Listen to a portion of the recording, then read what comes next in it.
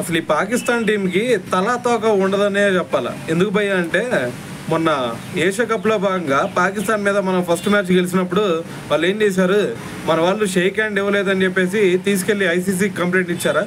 మరి ICC complaint ఇచ్చిన తర్వాత ఐసీసీ ఏం చెప్పింది, ఒరే బాబు అసలు మీరు ఎలా కంప్లైంట్ ఇస్తున్నారు, మరి షేక్ హ్యాండ్ ఇవ్వకపోవడం అనేది అసలు ఐసీసీ రూల్స్లోనే లేదు.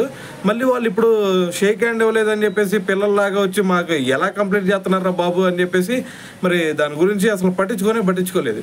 అయితే ఇప్పుడు ఇంకో విషయం, అది పేలలేదని చెప్పేసి ఇప్పుడు ఇంకో విషయం వెలుగులో తీసుకురాబోతున్నారు. అదేందో తెలుసా, సూర్యకుమార్ యాదవ్ మొన్న మ్యాచ్ గెలిచిన తర్వాత ఏమన్నాడు, పాకిస్తాన్ మీద ఈ మ్యాచ్ గెలిచిన తర్వాత మేము ఈ గెలుపు ఏదైతే ఉందో దీన్ని మా జవాన్లకు అంకితం చేస్తున్నాం అని చెప్పేసి ఒక స్టేట్మెంట్ ఇచ్చాడు కదా.